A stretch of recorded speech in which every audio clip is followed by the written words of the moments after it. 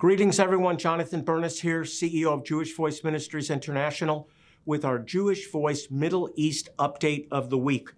Well, some incredible news, probably the most outstanding, incredible news since the precision strike against Hezbollah leaders with pagers. You couldn't get any more precise, right out of a James Bond novel. But today, we have something just as amazing. President Trump's press conference yesterday with Prime Minister Benjamin Netanyahu. Trump, in his out-of-the-box, somewhat bizarre way, brought a new proposal on the table that was completely unexpected, perhaps even by the Prime Minister. He's proposing that the U.S. take ownership of the Gaza Strip, remove the Palestinians to other countries where they can live a peaceful life in places like Egypt and Jordan, and then rebuild the Gaza Strip under U.S. control and ownership into a resort. Now, my first reaction was shock. That is so bizarre. But as I thought about it more and more, it is classic Trump. This is a situation that hasn't been resolved in 60 years since the Six-Day War, when Israel took possession of Gaza, took possession of the West Bank and the Golan Heights.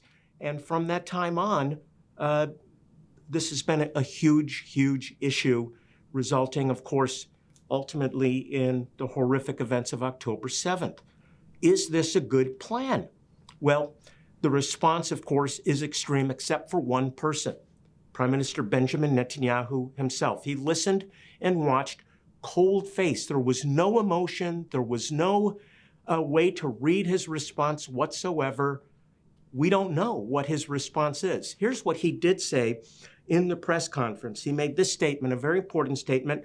He actually referenced the Bible, and the reference is actually from Numbers 23, verse 24, where it says that the people of Israel rise like lions, and they will rise up. And he says, today, the roar of the lions is heard throughout the Middle East. Israel has never been stronger. And he says that the Iran terror axes have never been weaker. Then he turns to President Trump and he says, Mr. President, you are the greatest friend that Israel has ever had in the White House, affirming again the relationship between the two countries and between themselves. And then he says, Israel will end the war by winning. So the question that you may be asking, is this war with Hamas over? It is absolutely not. But he did not respond to President Trump's comments about the U.S. taking ownership of the Gaza Strip. So as I said, with the exception of Prime Minister Netanyahu, the views were absolutely extreme. On the right, you have Christian Zionists and Israeli Zionists that are saying, no, we'll never give up land. This land belongs to us. God gave it to us. And lovers of peace are saying this could be amazing. And then on the left here in America, there's now, I heard today, there's an effort beginning to actually impeach President Trump over these comments. What will the outcome be? I have no idea. We'll wait and see. One other thing, I've been getting a lot of questions concerning the hostage exchange. Is this a good thing? And the answer, of course, is yes and no.